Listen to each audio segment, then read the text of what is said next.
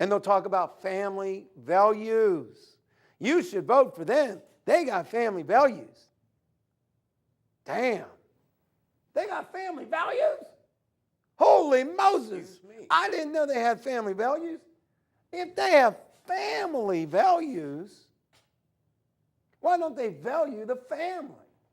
Holy Moses, I just hit on something. Do you think the Republicans in Congress, the ones who vote against universal health care, not all Republicans do.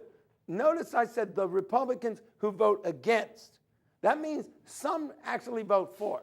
But the Republicans who vote against helping the American family or against medical health care, universal health care, or the ones who vote against bills for our veterans so that they can help to survive once they get home. To those Republicans out there, I ask you, if you're voting against the family and things that would help provide families and them to get along in life, where then do you have any values or family values? You don't. You're a liar. I'm sorry. I probably shouldn't call you a liar, but let's say you're being disingenuous. Because it comes down to this. As long as you bring up the words family values, that gives me and every commentator that has kahunas the right to bring up the untruths about it. It is not a family value if you're allowing us to be raked at the oil pump, at the gasoline pump. You don't have family values if you say you're against having health care for 10 million children. Let us not forget what the Bush administration did recently in the last 6 months.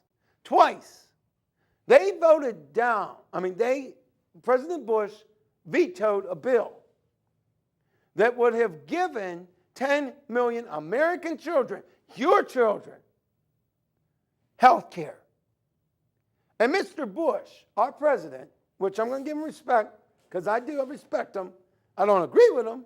I respect him. But President Bush vetoed a bill that would have provided health care for 10 million children. Let me tell you what the president's excuse was. He said it would cost too much. Do you want to know what the price tag was? $35 billion. Now, I know what you're saying. $35 billion, that's a lot of money.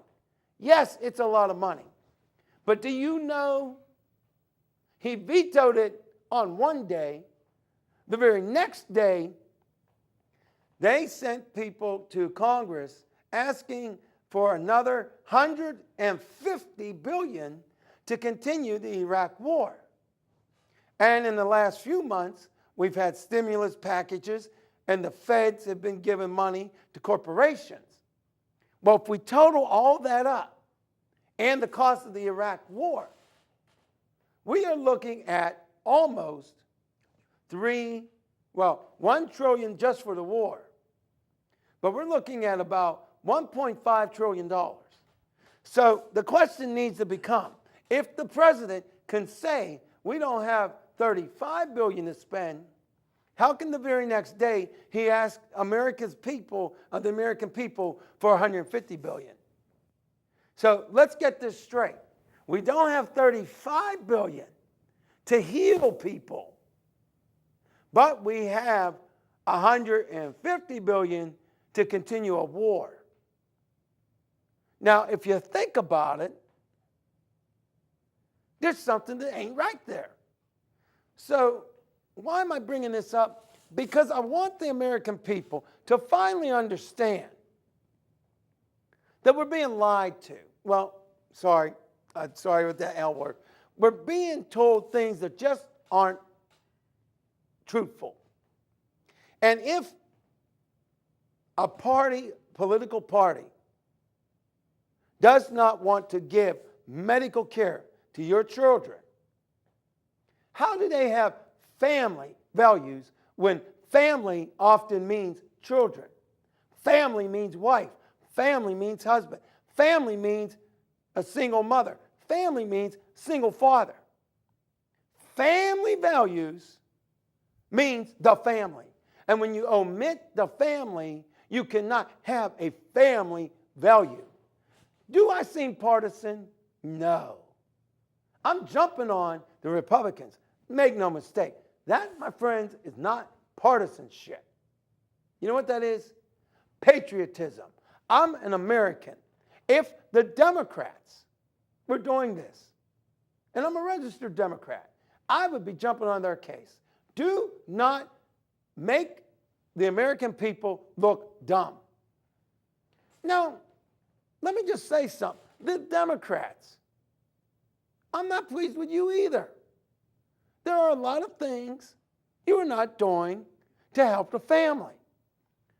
And there are a lot of things you are not doing for America's security. You allowed the habeas corpus, which is the protection of every one of us, to not be tried without representation. You allowed that to expire and be suspended in 2006. And now you have control of both houses. You haven't overturned it. You haven't done filibusters. So both parties in America have failed us. Both parties in America, you can change. You can bring back, the Republican Party, you can bring back family values. But you first got to remember the family. It can't be some kind of a little tidbit. I forget the word I'm looking for. Not a highlight or a tidbit. A snippet. Yeah, a snippet. It can't just be a phrase. In America, the point is, if you want to vote Republican the rest of your life, you have that right. But when you vote Republican or Democrat, think about what they're not doing. And maybe you can vote for those people. But then if you go to www.senate.gov and www.house.gov, not only can you write to your official leaders, you can find out how they voted on each and every topic. You can find out who voted yes to health care for your child and who voted no. And then in November, you can say, I have the power to say no to you. If you don't care about my child, you're out of here. You can do that. Now, I want to make a disclosure here. There were Republicans, in fact, it was bipartisan, in favor of the children, $35 billion to give 10 million children health care. Both houses of Congress, both Democrat and Republican, were in favor of it. It was the president who vetoed it twice. However, having said that, yes, they were in favor of it. But having said that, both the Democrats in Congress and the Republicans did not get enough guts to band together and override the president's veto. That means that the Democrats were wrong, the Republicans were wrong, and now you have a chance to change it. Now, very soon, January the 20th, 2009, we will have a new president. It will either be President Barack Obama or it will be President John McCain. And I say good luck to both of you. But understand something. You need to be a new kind of president. The kind of president who cared as much as people like Abraham Lincoln or the father of our country, George Washington, or maybe Thomas Jefferson. Or for that matter, what about Franklin Delano Roosevelt, John F. Kennedy, or all the presidents that we read about in history that did not care about their personal political future, but cared about us, you, me, the person down the street. That is the kind of president I want. And if it's Barack Obama, great. If John McCain gets in there and does dramatic changes that will benefit everybody's life in America, great. But if Obama gets in and he becomes a useless president, or McCain gets in